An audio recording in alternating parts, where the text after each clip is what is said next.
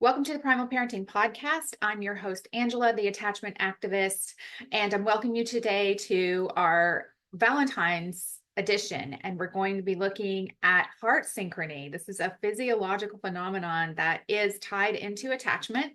And we have our special guest, Kayla Tychsen, who is the conscious parent coach. So conscious parenting is another one of those terms that encompasses this very scientifically valid approach to parenting. So it's going to help you sort through all the conflicting information and give you a guidepost for how to approach parenting, especially in those difficult moments of dysregulation, emotional dysregulation. So Kyla's going to guide us in staying heart-centered and helping us to regulate our nervous systems and understand our nervous systems and teach our kids about how to regulate and cope with stressors in relationships so that we can build the healthiest bond. So welcome to this special edition of a Heart-Centered Primal Parenting Podcast. We're so lucky to be joined by Kayla Tychsen, and she is your conscious parent coach on Instagram and just such an amazing thought leader on the importance of conscious parenting, attachment, and regulating the nervous system and understanding all the developmental dynamics that go into that. And then for Valentine's Day coming up, we're going to talk about heart resonance as well and how that ties into attachment and co-regulation with our children. And of course, that loving bond that we have with our children that helps us be the best parents that we can be. So let's start with what is conscious parenting? What does it mean to you? And how did you come to this as your focus in your work? Yeah, thank you so much for having me, Angela. And I love that question. I had some thoughts about things that I didn't want to repeat with my children from my childhood. Sure. And I think most of us can relate to that. Absolutely. I think that's part of the process of deciding how you want to parent, right? Exactly. And, choosing how we want to parent instead of letting it choose us or, just falling into patterns or cycles. I think, the first kind of introduction to this idea of respectful parenting and respecting the child was through my discovery of Montessori and Maria Montessori's lectures and teachings, and it was just so fascinating. This, growing up, there was such a huge emphasis on children respecting their parents. Yes. This idea of respecting the child was almost foreign, but I remember hearing it and thinking, this is it. Like this is it. This is how we raise children that then are respectful to others. Yes. I think that old perspective of just the child respects the adults and there's no consideration for the child feeling respected in so many ways. I think that still persists today. It's such an important message. Yeah, it is. And I think looking at parenting through that framework, it just makes so much sense. Mm-hmm. Then all of these ways that like culture has taught us to behavior, through punishment, through threats, through manipulation, it just throws it out the window. Because when you're respecting someone as a human being, there's not room for that. Like you wouldn't do that with a friend or a spouse or a sibling. And so, of course, we're not going to do that to our child. Our most important bond. Mm-hmm. Yeah, it reminds me of the cry it out debate that is still taught by pediatricians, recommended by a lot of experts, and no one who would recommend that you do that to your baby or even toddler would do that to their spouse. You would never ignore your spouse if they were crying in front of you. So it's the philosophy that you're describing behind it really does translate into our practical choices that we make in our parenting. Exactly. Yeah, I think discovering this term respect and what that looks like and what it looks like to hold boundaries, right? I mean, even in our adult relationships, boundaries are healthy. And so, of course, in our relationship with our children, boundaries are necessary and healthy, and navigating what those are for our family based on our values. And so kind of what started out as this like Montessori parenting niche developed into a much bigger understanding and idea of being a conscious parent, being a parent who is intentional. We can change. Change is possible. We are not stuck in parenting patterns that don't serve us. We're not stuck doing the same thing that our parents did. We can change, and it does take intention, right? It's that. Yes, it takes intention. Yeah, because if we're just going on autopilot, we're going to be reactive and we're going to tend to do the things that our parents did, whether we think they're the best way or not. It's just going to happen. But it sounds like what you're describing is more proactive so that we can kind of program ourselves to react in the moment in the way that is conducive with our goals for our children and our relationship. Yeah, Now, you exactly. mentioned boundaries. Can you say a little more about that? Are you referencing boundaries from the parent, but on both sides of the relationship?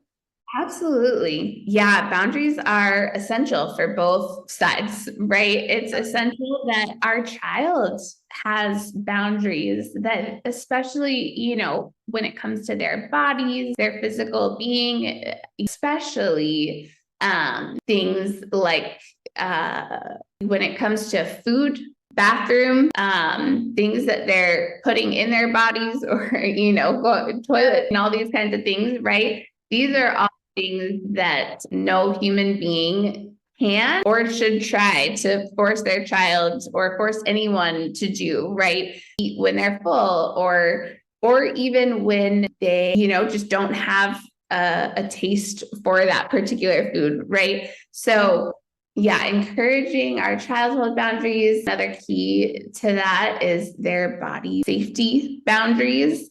Who's touching them, and how. I have one child that is very particular about affection and how affection is given to her.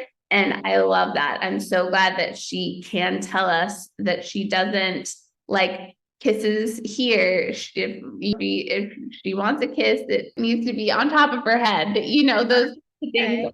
When and where she, gets hugged. I'm so grateful that she feels safe enough to be able to express that to us, and that we can have that respect for her body, that's then teaching her that she can say no to someone if they're touching her in a way that she doesn't feel comfortable with. I love all the practical applications. And can you talk a little bit about in the broad science around all this, which is attachment science and psychology and neuroscience, and just kind of what we know about if you do parent with respect, you're teaching respect, that you're modeling respect. So the child's actually going to be more respectful. And if what you were just saying about boundaries, is it the boundaries that they're allowed to have that then does that increase their ability to respect other people's boundaries? The whole concept of what we're modeling. Yeah, absolutely. Yeah, that's such a good point. And the other thing too is it goes both ways, right? We're respecting our child's boundaries, and we also have boundaries as parents. There's some times where I don't want my child climbing on my back, over my head, those kinds of things. Like, I can also say, I love playing with you. When it's time to, wrestle and give piggyback rides and all those things, that's so fun. I'm right in the middle of XYZ and I'm not available to play this way right this minute, but I can, we can have this time together in 10 minutes or later this afternoon or whatever it might be. and being able to model that I have personal boundaries too. And so also that modeling of my boundaries matter too, right? In a relationship, because we, like you said, the science behind it, we are teaching our children how to be in healthy relationships. And so yeah. idea of boundaries goes both ways. We have those and share those with our child, and sometimes it is hard for our child to experience one of our boundaries. Yeah. And then in those cases, we get to empathize with them and validate their experience that, yeah, you really don't like it that I'm not available right now, or that I can't do XYZ in this moment, or that I just need to rest right now. I've had a long day and my body just needs to lay in bed for, for 5 minutes. Whatever it might be, it's normal for anyone, even adults, right? Like even adults don't necessarily like it when boundaries are set. And so being able to meet them there, empathize, validate, this is really hard for you. I'm seeing that. And we can also hold the boundary. And so it's, yeah, we're setting those dynamics up now for those healthy relationships for our child to know that they can have boundaries with people, that their space matters, their time matters, their attention matters, really building up that understanding that they are worth, they're worth taking care of themselves, right? I love that. I'm so glad that you are describing how we help develop really healthy human beings that can be in intimate relationships that work. I work with couples, so this is why I work with couples as well. And if everyone had that growing up, if they were to communicate respectfully, if they were shown how to communicate boundaries and respect others' boundaries, it would be so much better in relationships future. Such an important point. Another part of what your approach and the conscious parenting models is regulation. And that's another thing that's so important in adulthood, is being able to regulate our emotions, because life is hard and there's so much coming at us all the time, especially for parents. So I'll just open the floor to however you want to talk about the regulation piece of it, because it's so important. It is so important. It really impacts every part of our life. I think for me personally, I didn't realize how much it impacted me until having kids. Having kids opens up the door for wounding and triggers and all of that to just be exposed. But really having an understanding of the nervous system and what are, like, physiologically what's happening in our bodies and in our brains in moments of stress, in moments with our children when we're feeling triggered. What that really is that our nervous system's saying this, there's danger. This isn't okay. Whatever is happening, the big emotions, like, this is not safe. And either get me out of here, or I need to react in a bigger way to shut it down. Wow.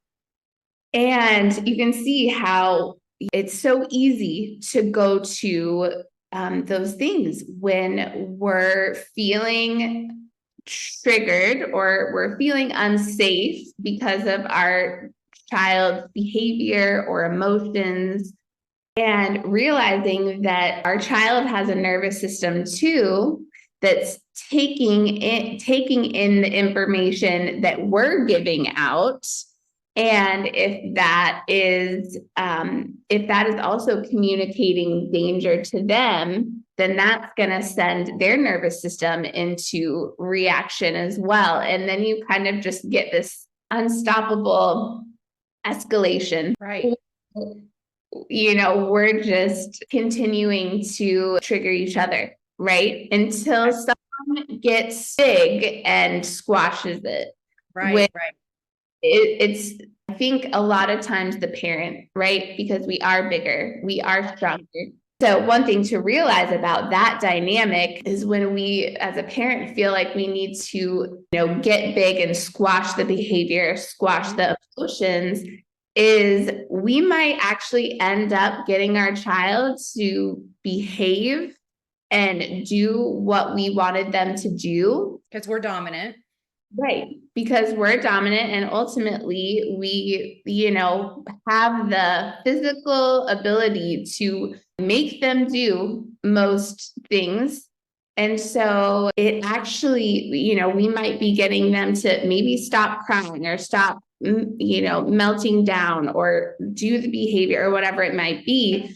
But that doesn't lower their stress levels. Their nervous systems are still completely unregulated. And that stress is going to stay in their bodies if they're not able to process it and complete that stress cycle. And so when we have an understanding of the nervous system and how our, if we're going up into hyper arousal and fight or flight, that, right, those stress hormones that are released, we, need to do something with that. And so does our child. And so there are healthy ways to do things, and there are obviously unhealthy ways. So I think one of the most impactful ideas for me has been this realization that I had really learned to shut down my emotions, my bodily sensations, from my childhood. Big emotions were not acceptable, right? And so, and when they got too big, they were squashed, or I was sent away. Right. So I learned that, okay, well, you feel something and you just push it aside, push it down, ignore it. That doesn't work for very long. Eventually comes out in unwanted ways. And so, right. So it's a coping mechanism that isn't working. Exactly. And so this realization that we can actually reconnect with ourselves, with our emotions, and with our bodies, and that our bodies are communicating things to us all the time. And listening, are we listening to that wisdom? The wisdom of the body. Yeah. Exactly. Yeah. In these moments with our child, where are we feeling that tension? Is it in our chest, in a tightness and an inability to, are we breathing rapidly, or is it in the pit of our stomach, or is it tension in our head or our neck? These kinds of things that even just bringing an awareness, the moment to how our body is reacting can actually help to bring down those stress levels. And then Dr. Dan Siegel has a great phrase. He talks about name it to tame it.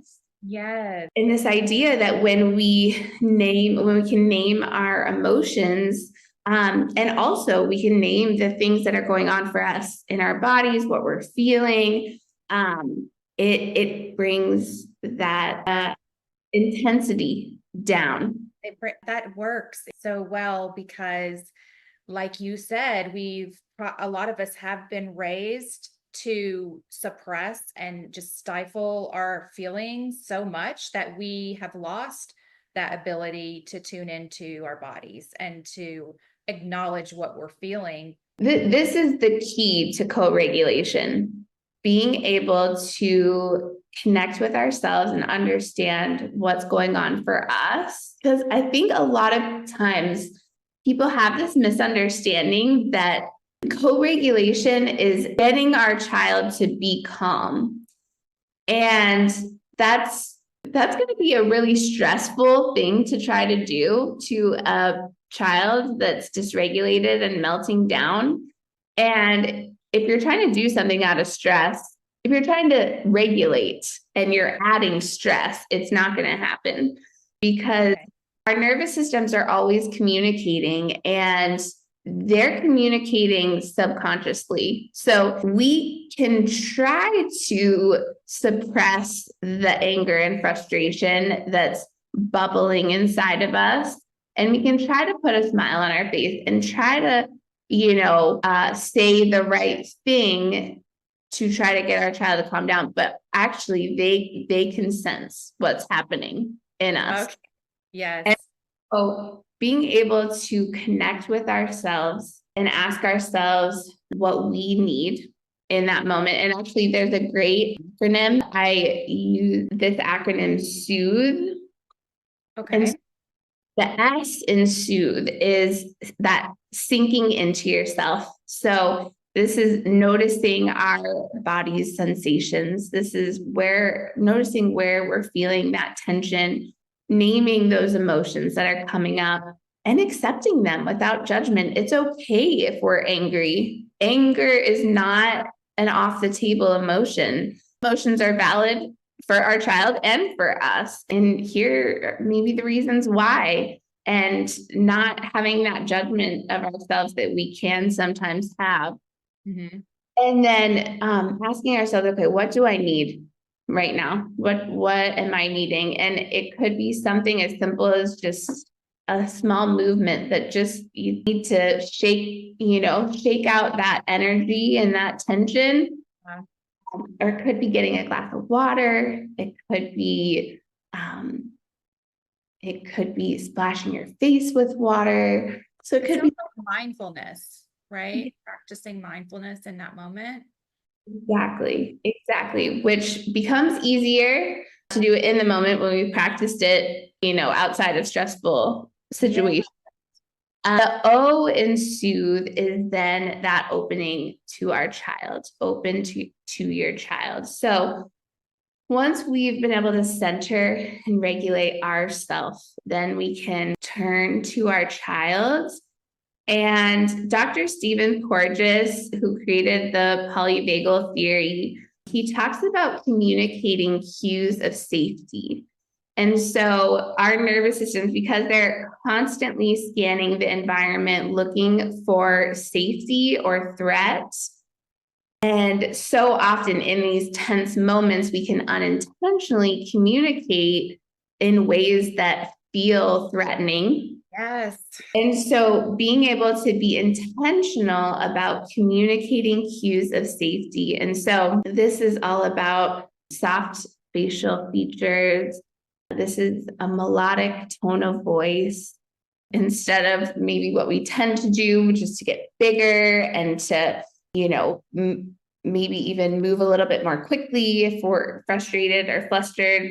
And we first regulated ourselves, and now we're able to communicate those cues of safety. So the next O in soothe is offer presence and empathy. And so this is just being that safe space that, our child has a lot of emotions and they're expressing those, and we can welcome that safe space. We don't have to fix them. It's not their emotions, something that needs to be fixed. They just need a safe place to be able to express them.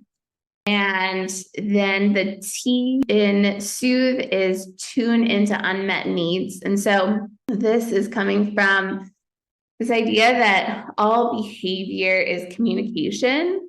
And what's our child's behavior telling us right now? What's happening for our child? Are they hungry or tired or overstimulated? Are they needing that connection? What is that?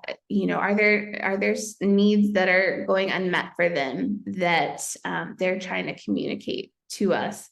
That's good. And the H in soothe is hold the boundary.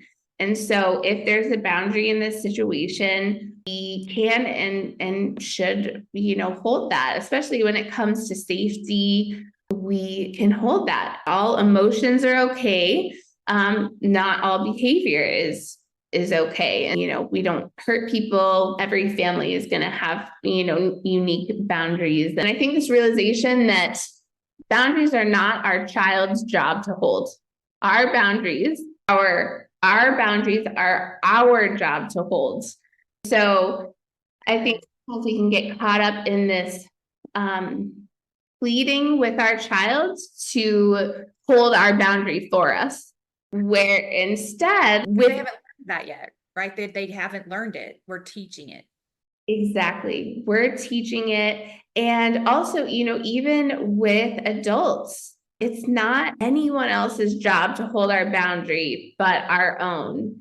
And so we can help them when they're struggling. We can step in when there's something that they're just not able to do or to not do in that moment.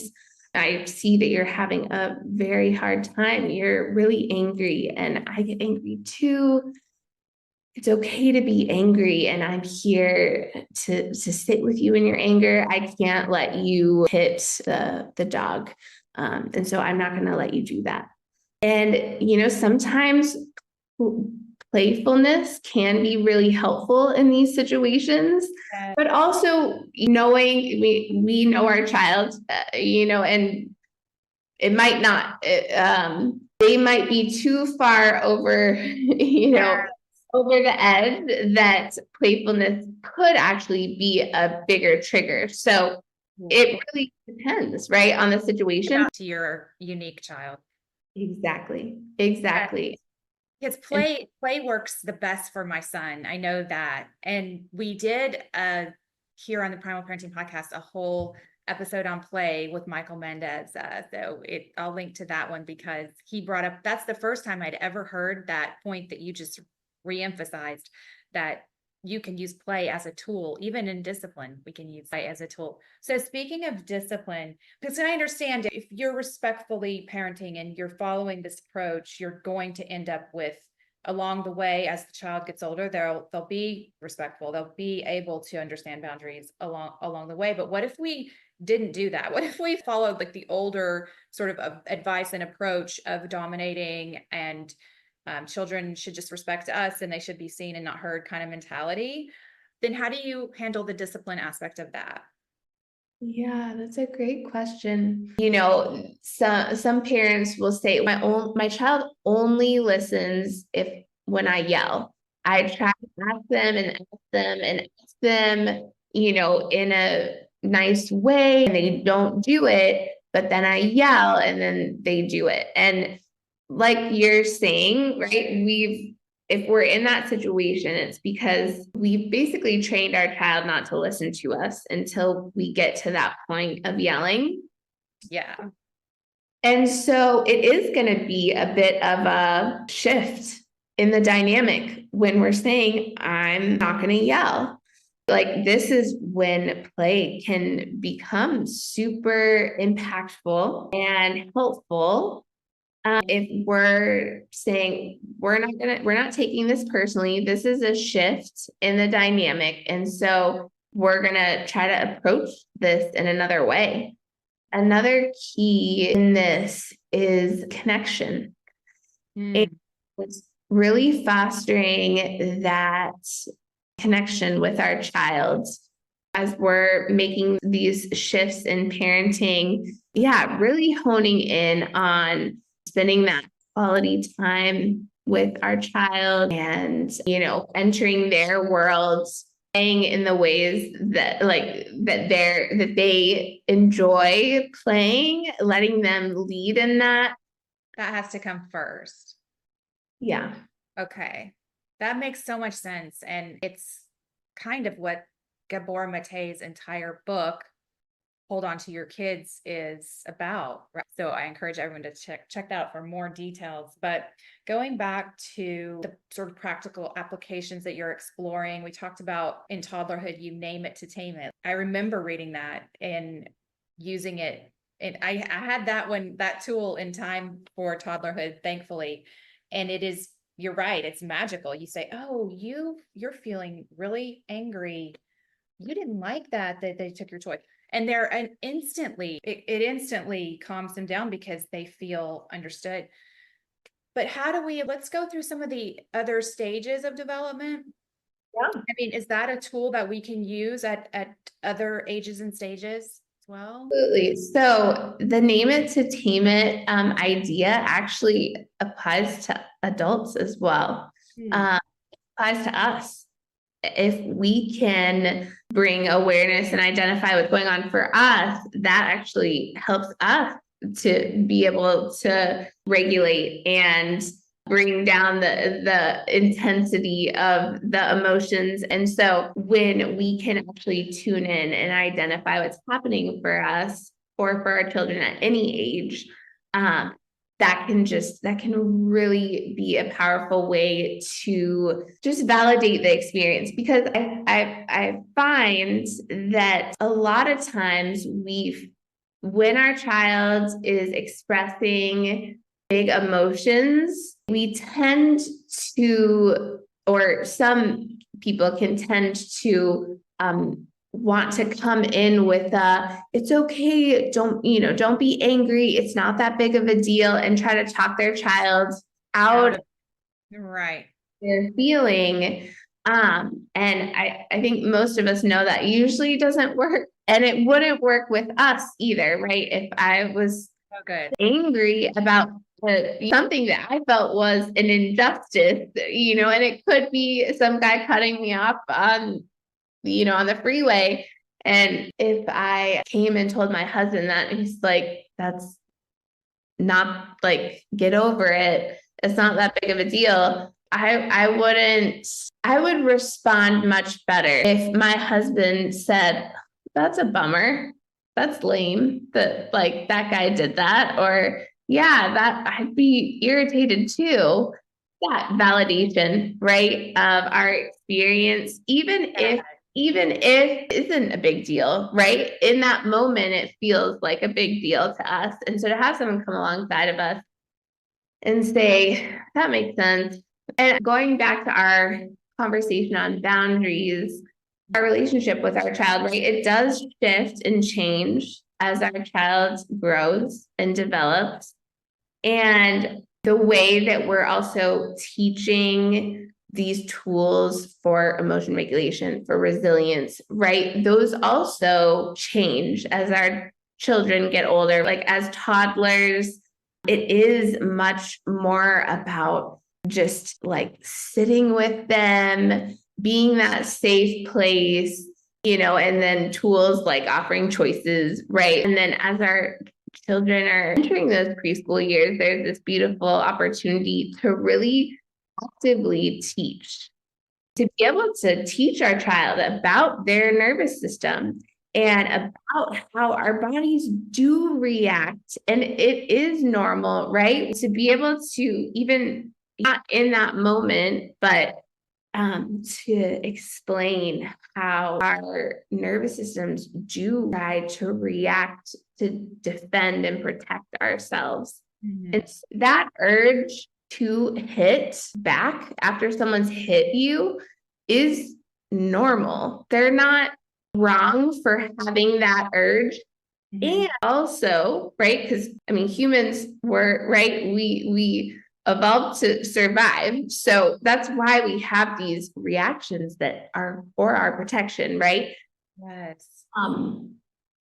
And we can also teach our child tools that they can go to in those moments, since, a value for us is nonviolence. An important value for us is that we do respect each other's bodies. We don't hit, we don't hurt people.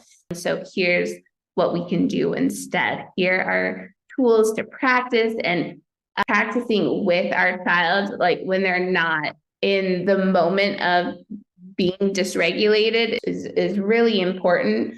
They're not going to hear what we want to teach when they're triggered or when they're dysregulated. Right. Dr. Dan Siegel talks about the brain and how, right, if our limbic system's firing, that upstairs brain that's responsible for making, learning, it goes offline. And so we're in that fight or flight. If we're sensing danger, we're, the amygdala that's responsible for fear and anger. If that's what's in control, they are not in a place to learn. So Yes. teaching these tools outside of the moment, and then, helping them to be able to access those in the moment. And our children are still learning. We're still learning too. This is when modeling, when we have made a mistake, when we've said something that we didn't want to say, when we've yelled, when we've, done whatever it is that we had decided, I didn't want to do that anymore. I didn't want to handle the situation like that again. That's the opportunity to come to our child and apologize and take responsibility for our actions, not blaming, not, I'm sorry, but Right. just taking responsibility as a parent and saying, I yelled and you don't deserve to be yelled at. You deserve to be treated with kindness and respect. And I didn't do that. I was really angry in that moment, and it's okay for me to be angry, but it's not okay for me to yell at you. And I'm so sorry. How did that feel for you? Having that open conversation. And so, right, again, modeling then how we would want them to share. Yes, that's so brilliant. I want to go back to the nervous system because you are emphasizing the importance of understanding how the nervous system works and respecting the nervous system is so important to understand also in the very beginning at birth. I think that a lot of the challenges in that phase of parenting could benefit so much from understanding the newborn's nervous system and how it's so enlightening. So, how do you explain the nervous system of a newborn to a parent in a way that helps them parent for attachment and conscious parenting going forward? Yeah, I love the way that Dr. Dan Siegel, and I've referenced him several times. And I'll add the links to his book because, like the Whole Brain Child, I feel like you're speaking to that a lot, and they're got excellent books. So we'll feature him for sure. Yeah, they are. And yeah, just has so much wisdom and knowledge. And I completed a certification under him. And so have gleaned so much from him and his teachings. But he talks about how the baby in the womb is perfectly connected and whole and complete. They have food coming in through that umbilical cord 24/7. They've never experienced hunger or, a change of temperature, being too hot or too cold. All of the conditions are just perfect for them. And then, they are born, and it just, everything changes, right? Their experience these needs that they didn't even know that they had, and they don't have the means of communicating those needs to us outside of crying. There have been studies that have shown that babies, where all of their basic needs are provided for, they don't have that attachment relationship, or they don't have that physical touch and connection, they don't thrive. And so, realizing that need for connection too is wired in them. And so they're going to use the one tool in their tool belt to communicate those needs, and that's crying. And so we have this amazing opportunity as caregivers to respond to our babies' requests for their needs to be met, requests for connection, for that attachment relationship. Comfort, like responding to their needs. Yeah. I think it's so informative for the cry it out debate and, sudden separation at daycare, early daycare debate, and even just introducing a new caregiver, all of those stressors, we need to be able to recognize that that's dysregulating to them on a profound level in their nervous system. So I think that just all the understanding that you're providing really helps us apply our parenting in the modern world. So I appreciate that insight so much. And in terms of all the physiological synchrony that happens, especially in babyhood, I wanted to play the clip from Joseph Chilton Pierce, and we can play it, watch it together here now, and get your response to this very primal heart synchrony connection. And people talk about it as a metaphor, but as Joseph Chilton Pierce will explain, it's literal. The heart cells are literally syncing up with our child's heart cells and ours from the beginning, and hopefully continuously throughout childhood, but definitely in the beginning. So let's look at this together and talk a little more about heart synchrony and how that is tied into the attachment system. Sounds good.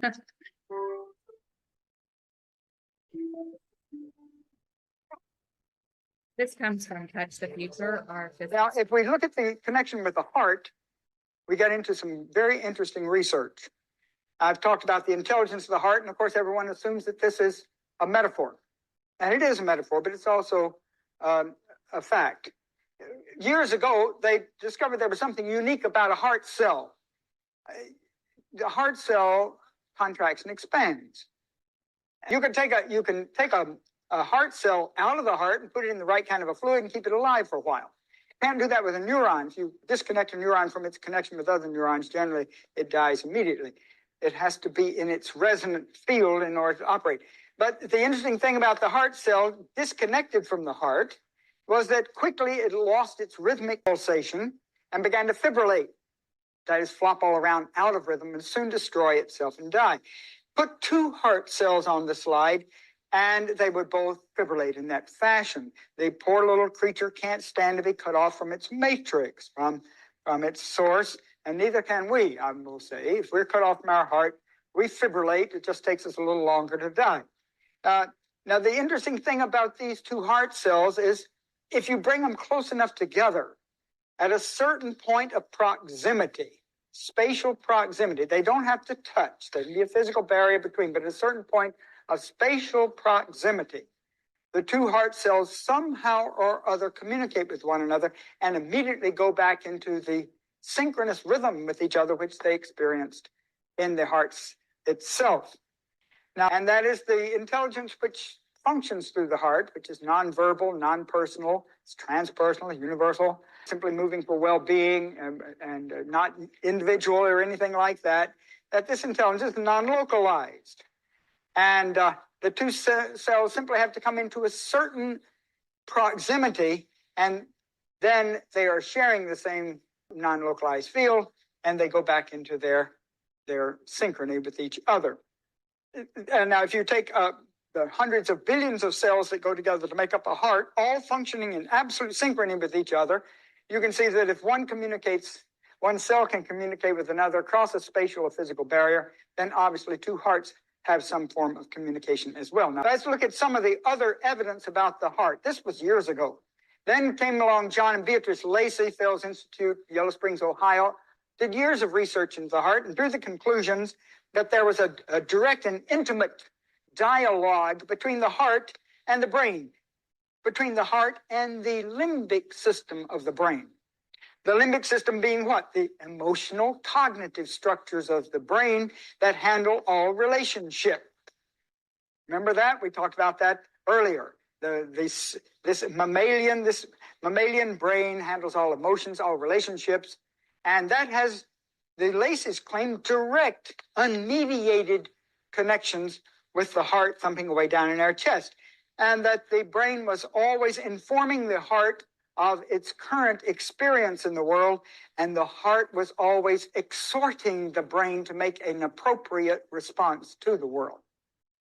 Now, that was their claim years ago.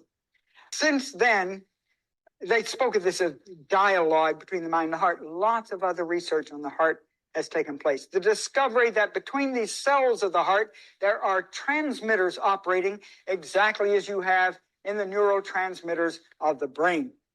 which means a great deal of communication is taking place on an individual level and on a collective level, this heart process. And then at birth comes the greatest role of the heart. Researchers reading that the heart has an effect on the infant's brain and body went in back in the 60s and took recordings of a heartbeat and played them over loudspeakers in the nurseries of our hospitals, where all of our newborns were isolated, of course, from their mothers. And it reduced crying by 40 to 50% right across the board. Now, we do know that the biggest signal that nature's agenda calls for at birth is immediate contact with the mother's heart, as the infant has been in contact with it throughout the 9 months in its biggest single imprinting. And the mother immediately, in all pre-literate societies, there's a little 30,000-year-old figurine. Shows the newborn mother. She's still squatting, and she's just brought her infant up to her breast. She's got a great big smile on her face, and she puts it to the left breast. Well, our research people said, well, that's because we're all right-handed, but we find left-handed mothers put their infants to the left breast as well. All fathers, when they pick up a new infant, will automatically keep it to the left breast, including left-handed fathers. But if you bring that infant's heart into proximity, spatial, physical proximity with the mother's heart, something happens between these two levels of intelligence. There is an exchange between them, as there were between the two heart cells themselves. Remember the model imperative. No function is unfolded or awakened in us until we are in contact with an appropriate model of one who has developed that function. So the infant's heart picks up a tremendous signal from the mother's heart, and that signal is everything is great. We're back with our matrix in this new, wonderful kind of a world, but right back home where we belong. Okay, I'll stop it there, because I feel like he's saying in very scientific terms a lot of what you have explained about the heart connection and how we very literally need each other in terms of parent and child to regulate. I'm sure this sparks a lot for you as a conscious parent coach. This is what a heart cell does. It needs a companion, right? It needs that connection.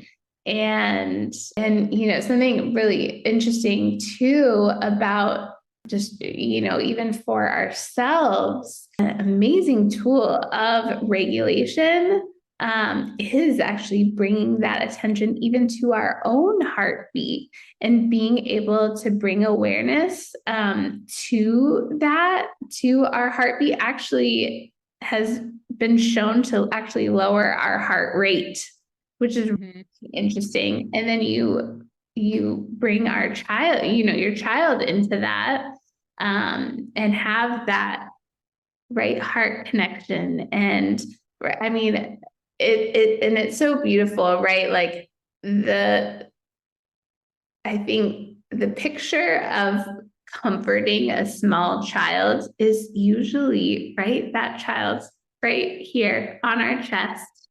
Because we learned that that's what calms them down. And I feel like this clip from It's Touch the Future has an amazing library of these types of interviews with thought leaders. And it's just illustrating that that's why. Now we know why. I think it's so fascinating. We know why the baby just wants to be right here and only feels okay right here. And then gradually is able to separate more and more in proximity to our hearts. It's very literal.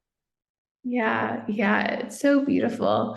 And I think that's a really good point too that you just brought up, because I think a lot of people have this misunderstanding that if you coddle a child, if you comfort them too much, if you give them too much love, that you are, creating a child that is going to be, types of things that I've heard, weak, unable to handle life's challenges, lack that resilience, lack confidence, be fearful. But actually, it's the complete opposite.